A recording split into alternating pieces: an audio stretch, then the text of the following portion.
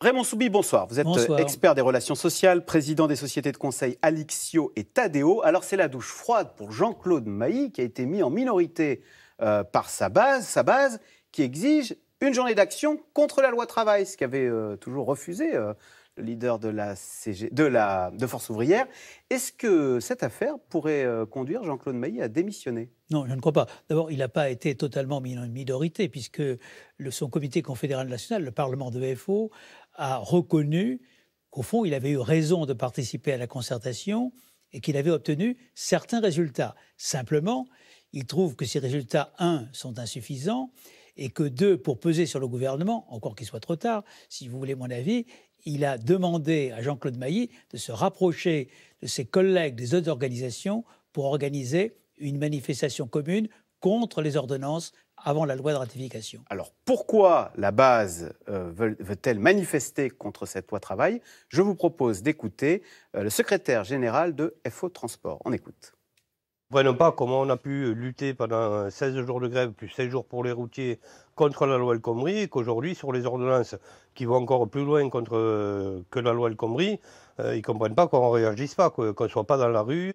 Avouez qu'il a raison, ce monsieur. La position de Jean-Claude Mailly est incompréhensible. Cette loi travail va beaucoup plus loin que la loi El Khomri. Et là, Jean-Claude Mailly dit on range les banderoles. En fait, sur ces sujets, elle ne va pas tellement plus loin. Elle est dans sa lignée. Dans le cas des transporteurs routiers, il faut comprendre que la nouvelle loi permet, par accord d'entreprise, de déroger à des accords de branche. De supprimer les bonus. En matière de bonus et de primes. Bon, et donc, les routiers craignent que des accords d'entreprise ne défassent ce qui a été fait au niveau de la branche.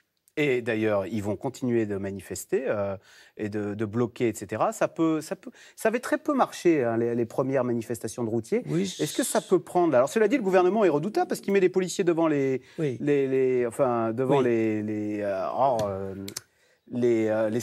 etc. Les stations, voilà. Oui. Non, il faut reconnaître que les manifestations, les premières, que ce soit celles des routiers, que ce soit celles organisées de la CGT, ne sont pas des éblouissants succès. Ce ne sont pas non plus des bides intégraux, si vous me permettez l'expression, mais ce ne sont pas d'éblouissants succès. D'ailleurs... Comment vous l'expliquez, ça ? D'abord, on est au début d'un quinquennat. C'est rare qu'il y ait des mouvements sociaux au début d'un quinquennat. Deuxièmement, le président avait quand même annoncé les mesures dans son programme électoral, donc ce n'est pas une totale surprise. Et puis troisièmement, mais on l'oublie toujours, dans l'histoire sociale de ce pays, il est très rare qu'il y ait des manifestations réussies en septembre ou début octobre. Et pourquoi ? Et parce que les gens reviennent de vacances, n'ont pas forcément l'esprit à ça.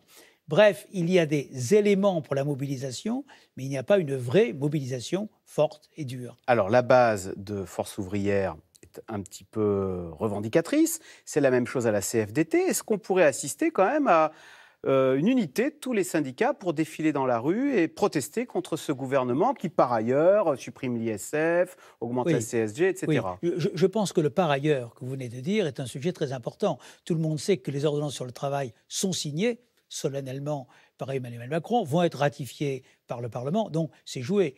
On peut jouer sur des décrets, mais sur les ordonnances elles-mêmes, tout est fait. Pas une manifestation qui changera quoi que ce soit. En revanche, il y a des sujets futurs devant nous qui sont la réforme de l'UNEDIC, qui sont la réforme de la formation et qui sont la réforme des retraites pour le printemps 2018. Avec la suppression des régimes spéciaux à la SNCF. Avec la suppression à terme des régimes spéciaux qui posent des problèmes. La vérité, c'est que les deux premiers sujets, à savoir l'UNEDIC et la formation, intéressent plus les appareils, en termes négatifs, que les salariés, parce qu'après tout, ce sont des réformes pour les salariés. Mais simplement, les syndicats pensent y voir une perte de pouvoir, puisqu'ils cogèrent. Parce qu'aujourd'hui, la formation, ils font main basse. Exactement. Voilà, donc, et l'UNEDIC, c'est eux qui le gèrent. Mais sur des thèmes de ce type, je ne suis pas certain qu'on mobilise les salariés. Bon, en revanche, les salariés sont mobilisables sur d'autres sujets qui sont dans l'air, qui sont l'histoire de l'APL, les contrats aidés, l'ISF, tous les sujets que l'on connaît,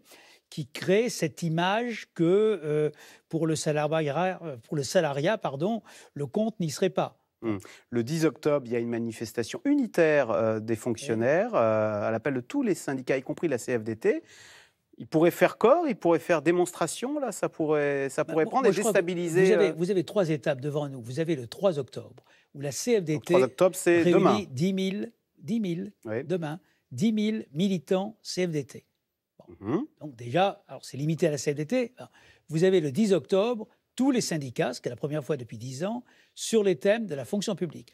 Et puis vous avez cette fameuse manifestation pour laquelle Jean-Claude Maillet a été mandaté, qui n'est pas organisée, mais ils vont bien finir par se mettre d'accord un jour, donc ils l'organiseront. Avec la CGT probablement. C'est la question. C'est la question. Certains veulent l'organiser avec tout le monde et d'autres disent la CGT quand même pas. Est-ce qu'on ne va pas avoir un parce que le FO c'était un petit peu pas ramolli, mais disons était moins contestataire. Est-ce qu'on va avoir un tournant plus contestataire, un positionnement plus contestataire de FO? Je vous dis ça parce qu'on connaît déjà le successeur de Jean-Claude Mailly, c'est Pascal Pavageau. On va voir sa photo. Je ne sais pas si vous le connaissez. Ce sera lui. Hein. C'est une tête qu'on va beaucoup voir dans 6 mois. Ce sera le nouveau secrétaire général de Force ouvrière. On dit que c'est un dur. Je dirais pas, Jean-Pascal Pavageau n'est pas très connu. C'est un homme intelligent, c'est un homme qui sait ce qu'est la vie sociale. Un dur, non, je ne dirais pas que c'est un dur. Je crois qu'il a un tout autre style que Jean-Claude Mailly, je dirais ça plutôt comme ça. Jean-Claude Mailly a un style très, très séduisant, très séducteur. Pascal Pavageau est plus d'une traite, ce qui n'est pas une critique du tout dans mon esprit. Qu'il soit un peu plus dur, c'est possible, mais je rappelle que Jean-Claude Mailly l'a été aussi au moment de la loi El Khomri. Qu'il soit un dur, je ne crois pas honnêtement qu'on puisse le dire. Mais donc on a une force ouvrière qui va continuer à négocier un peu façon CFDT, ou on a une force ouvrière qui va se durcir pour retourner avec la CGT dans le champ des contestataires? Moi, je pense qu'il y a aussi aujourd'hui un problème à la CFDT. Il y a des mécontentements à l'intérieur de la CFDT. D'ailleurs, Laurent Berger a tenu des propos assez durs sur les ordonnances. Donc, il ne faut pas croire que la CFDT est dans un amour profond avec le gouvernement. C'est avec le gouvernement. C'est pas dans le bisounours. Donc, il y a une certaine réticence de l'organisation syndicale qui tiennent en fait à 2 raisons. La première, c'est qu'Emmanuel Macron veut beaucoup bousculer le paysage, tous les paysages. Le droit du travail, l'assurance chômage, la retraite, la politique du logement, et j'en passe. Bon, et quand on touche, quand on bouge, ça entraîne forcément des réactions. Il y a ça d'une part. Et puis deuxièmement, Emmanuel Macron écoute les procédures de concertation. Je ne suis pas sûr qu'il soit prêt à négocier jusqu'à faire des concessions trop importantes. Vous parliez de la baisse des APL. On sait que le gouvernement craint par-dessus tout les manifestations de la jeunesse. Vous y croyez, ça? C'est un vrai risque?